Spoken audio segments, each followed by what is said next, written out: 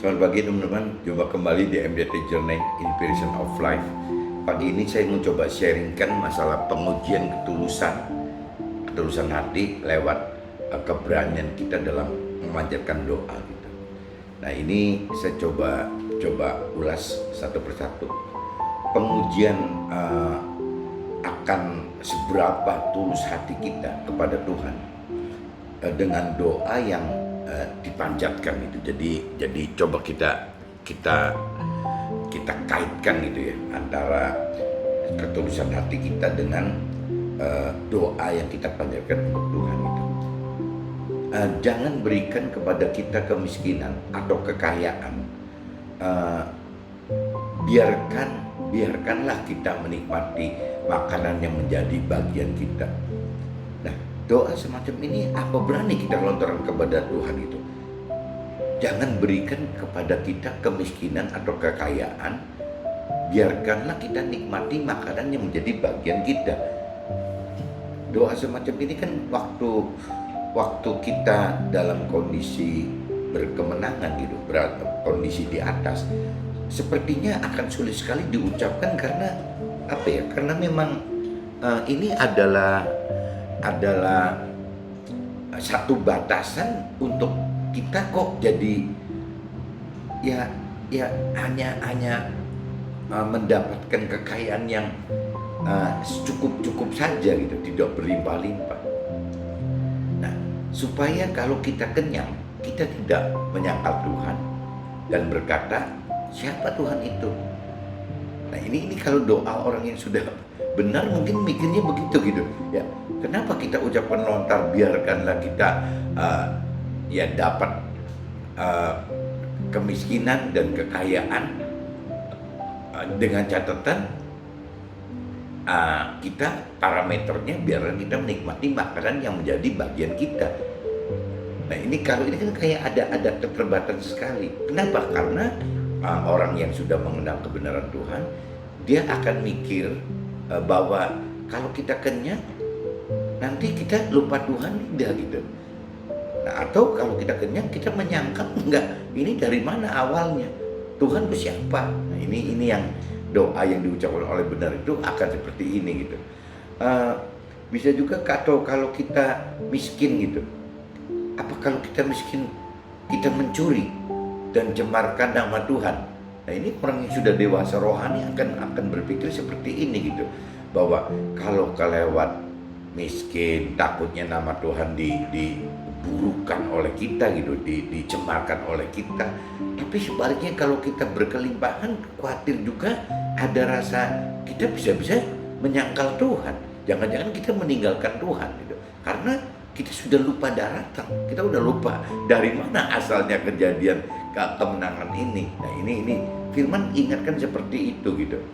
Doa seperti ini hanya dapat dipanjatkan jika situasi dan kondisi dalam keadaan kita di dasar dalam kondisi tertekan gitu oleh banyak masalah yang timbul. Biasanya begitu, waktu kita berani tulus mengucapkan doa semacam ini, itu kalau kita dalam kondisi bermasalah dan tertekan gitu, tertekan oleh masalah-masalah yang timbul, biasanya kita akan berani mengucapkan doa semacam ini. Tapi kalau kita dalam kondisi yang tidak pernah di bawah, tidak pernah tertekan, tidak pernah di dasar kehidupan yang tidak enak sekali gitu karena masalah yang timbul, sulit sekali untuk kita melontarkan hal doa-doa semacam ini gitu. Jadi kita coba renungi bagaimana caranya kalau kita memang tulus dengan Tuhan, kita harus mengalami hal-hal semacam ini. Apa gitu yang mesti kita perbuat. Nah inilah yang dikatakan fungsinya masalah dari sisi rohani.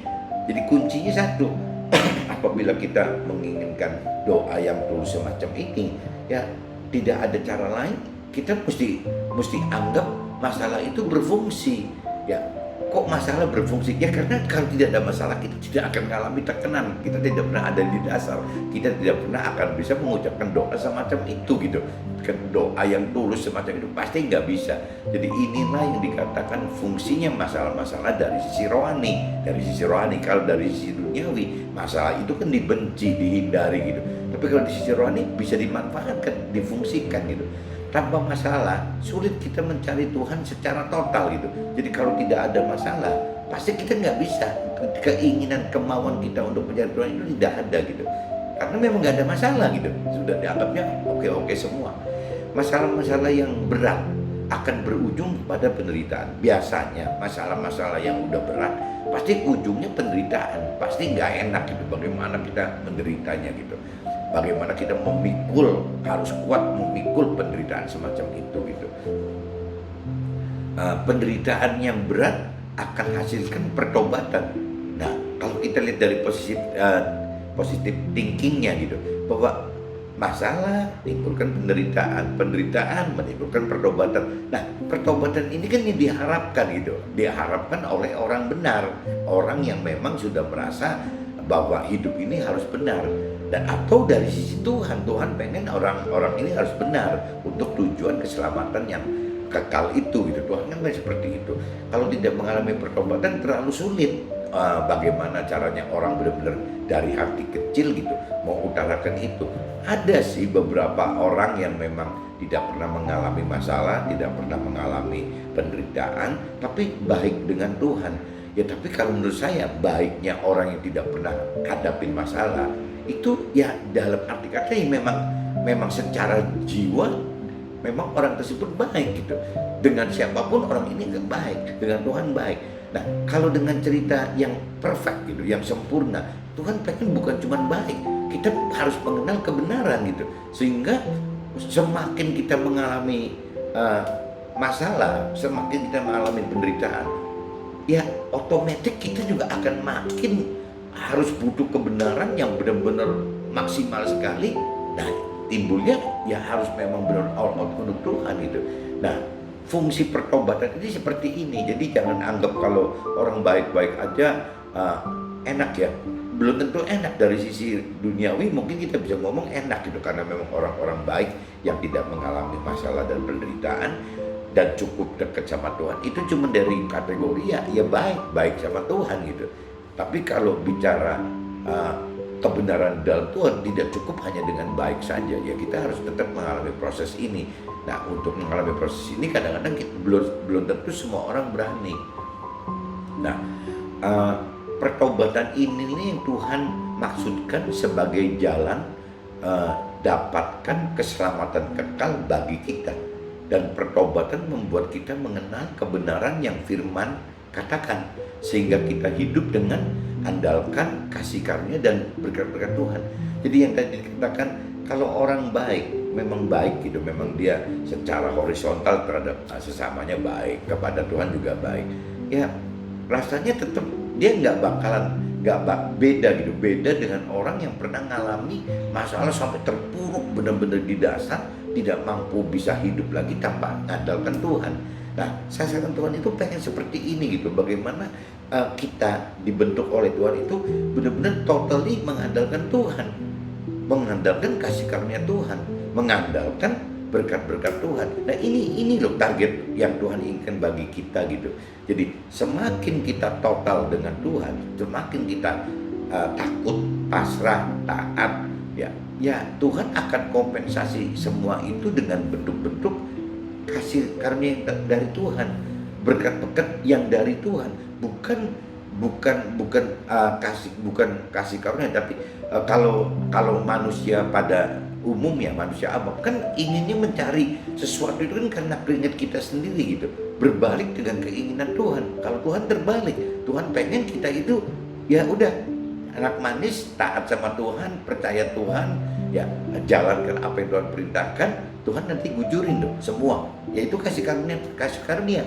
Jadi kasih karunia itu seolah-olah bagi orang dunia mungkin bisa dianggap malas gitu, karena cara kerja orang rohani untuk targetkan kasih karunia dengan orang dunia targetkan kesuksesan duniawi, ini kayaknya nggak sama gitu.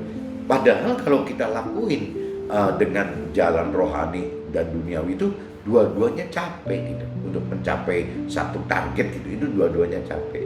Cuman bedanya gitu. Jadi kalau untuk orang rohani, Tuhan janjikan akan dapat dua sekaligus. Satu, keselamatan akhirat yang kekalnya, dan kedua, kesuksesan duniawi gitu. Nah, bagi orang dunia belum tentu dapatkan keselamatan kekalnya itu gitu. Mungkin kesuksesan duniawinya dapat gitu.